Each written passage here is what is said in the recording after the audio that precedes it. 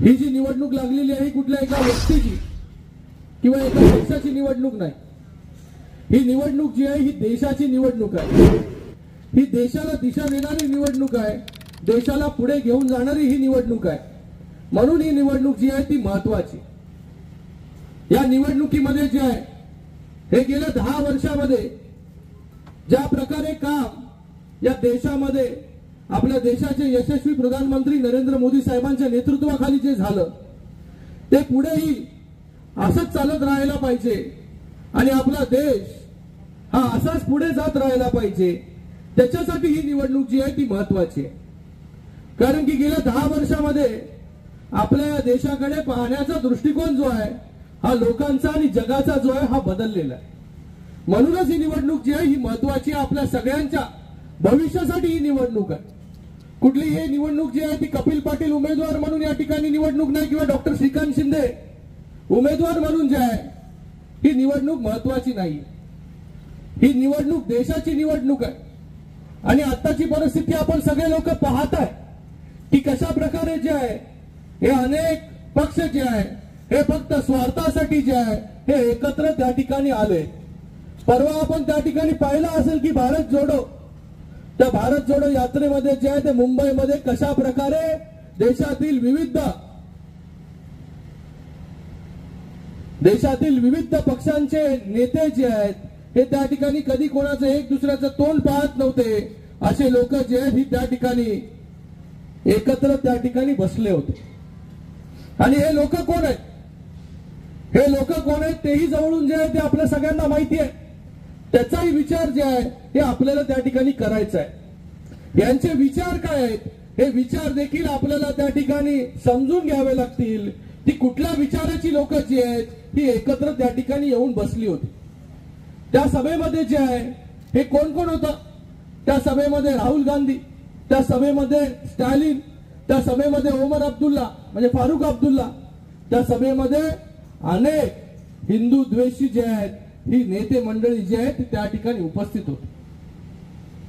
बाळासाहेबांचे विचार जे विचार माननीय मुख्यमंत्री एकनाथजी शिंदे साहेब पुढे घेऊन जात आहेत, जे सावरकरांचे विचार जे आहेत हे शिंदे साहेब पुढे घेऊन जात आहेत। आणि बाळासाहेबांनी जे आहे आपल्याला सगळ्यांना जे सांगितलं हिंदुत्ववादी विचार जे आहे ते आपल्या मनामध्ये पेरण्याचं काम जे आहे हे बाळासाहेबांनी त्या ठिकाणी केलं। आणि आज सगळे विचार जे आहे हे बाजूला टाकून जे आहे हे कोणी कोणाचं स्वागत केलं हे देखील आपण त्या ठिकाणी पाहिलं। पवित्र अशा शिवतीर्थावरती जिथे बाळासाहेब जे आहे हे त्या ठिकाणी होऊन हिंदुत्ववादी विचार जे हिंदुत्वाचे विचार जे आहे ते मनामध्ये पेरण्याचं काम गेले अनेक वर्ष करत होते। आज त्याच ठिकाणी जे आहे ते हिंदू द्वेषी जे आहे ते त्या ठिकाणी सगळे पक्ष एकत्र आले आणि कोणी त्यांचा सत्कार केला हे आपण सगळ्यांनी त्या ठिकाणी पाहिलं। धर्माबद्दल त्या ठिकाणी द्वेष आपल्याला करायचा नाही, पण आपल्या धर्माबद्दल जो आहे हा द्वेष त्या ठिकाणी खुले आम मांडण्याचं काम जे आहे ते त्या ठिकाणी राहुल गांधी त्या ठिकाणी केलं। ते काय म्हणाले त्या ठिकाणी आपल्या सगळ्यांना विचार करायचा आहे की हिंदू धर्मामध्ये शक्ती हा शब्द आहे, त्या शक्तीला जे आहे ते आपल्याला त्या ठिकाणी संपवायचं आहे। हा विचार जो आहे तो कुठे मांडला त्यांनी, जिथे हिंदुत्वाचा विचार बाळासाहेब ठाकरे जे आहे हे वर्षानुवर्ष जे आहे शिवसैनिकाच्या मनामध्ये जे आहे घराघरामध्ये पेरण्याचं काम जे आहे हे बाळासाहेब ठाकरे जेव्हा करायचे, आज त्यांच्या त्या शिवतीर्थावरती जे आहे त्याच राहुल गांधीच्या त्याच स्टॅलिनच्या मांडीला मांडी लावून बसण्याचं काम जे आहे हे त्या ठिकाणी जे आहे हे कोण करत, त्यांचं नाव मला या ठिकाणी घ्यायचं नाही, आपल्याला माहिती आहे की कोण करत होतं। त्या ठिकाणी जे आहे जेव्हा भाषणाची सुरुवात जी आहे ती नेहमी अगोदरचे आपले नेते जे आहे जमलेल्या तमाम माझ्या हिंदू बांधवांनो आणि भगिनींनो करायचे, त्या दिवशी काय केलं, त्या दिवशी जे आहे हे चकार शब्द जो आहे तो हिंदू म्हणून जो आहे तो तोंडाच्या बाहेर त्या ठिकाणी काढण्याची हिंमत झाली नाही। कारण की लाचारी जी आहे ती त्या ठिकाणी पत्करण्याचं काम जे आहे हे गेल्या 2.5 वर्षामध्ये केले आणि तीच लाचारी जी आहे त्या सत्तेसाठी त्या ठिकाणी जे आहे हिंदू बांधवांनो आणि भगिनींनो बोलायला त्या ठिकाणी जीभ कचरायला लागली।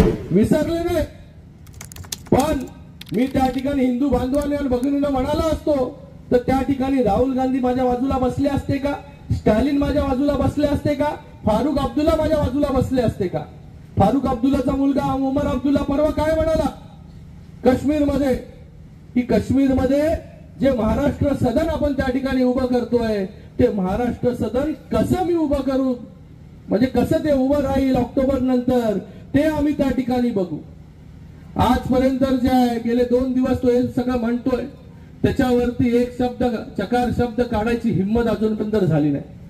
सावरकरांवरती जे सावरकरांना शिव्या देतात त्यांची गळाभेट घेण्याचं काम जे आहे हे त्या ठिकाणी हे सगळे लोक त्या ठिकाणी करतायत. त्याच्या विरोधात देखील एक चकार शब्द काढायचं हिंमत जी आहे ती त्या ठिकाणी झाली नाही.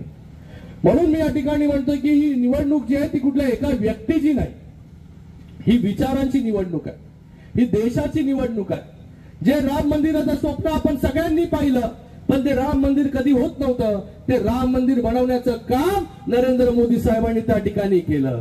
जे बाळासाहेब ठाकरेंचं स्वप्न होतं की अयोध्येमध्ये राम मंदिर झालं पाहिजे आणि काश्मीर मधलं जे आहे ते 370 कलम जे आहे ते हटवायचं, मला जर पंतप्रधान बनवलं तर ह्या 2 गोष्टी ज्या आहेत मी त्या ठिकाणी करेल. आणि तीच कामं जी आहेत ही नरेंद्र मोदी साहेबांनी त्या ठिकाणी केले. त्याच्यासाठी जे आहे ते आपण 2 वर्ष अगोदर माननीय मुख्यमंत्री एकनाथजी शिंदे साहेबांनी जो आहे तो वेगळा निर्णय त्या ठिकाणी घेतला आणि त्यांच्या बरोबर उभं राहण्याचं काम आपण सगळ्यांनी त्या ठिकाणी केलं. म्हणतोय कुठल्या एका व्यक्तीची निवडणूक नाही, देशाची निवडणूक आहे, देशाला दिशा देणारी निवडणूक आहे. आणि ज्या पंतप्रधानांनी तळागाळातील लोकांसाठी विचार केला, गेल्या 10 वर्षामध्ये जेवढं इन्फ्रास्ट्रक्चरचं काम झालं, जेवढं डेव्हलपमेंटचं काम झालं, मला वाटत नाही की गेल्या अनेक वर्ष आपण वाट पाहत होतो की बाबा डेव्हलपमेंट जे आहे ते त्या ठिकाणी होईल, पण गेल्या 10 वर्षामध्ये इतक्या मोठ्या प्रमाणामध्ये निधी जो आहे तो या भिवंडी लोकसभेमध्ये पण असेल, कल्याण लोकसभेमध्ये देखील असेल, या ठिकाणी आला. आज माननीय मुख्यमंत्री एकनाथजी शिंदे साहेब ज्या प्रकारे काम करतायत या महाराष्ट्रामध्ये आपण सगळे लोक पाहताय. दिवसाचे 17 तास 18 तास काम करणारा मुख्यमंत्री जो आहे तो आपल्या या महाराष्ट्राला या ठिकाणी मिळालेला आहे. म्हणूनच आपल्याला शिंदे साहेबांसाठी या ठिकाणी काम करायचंय.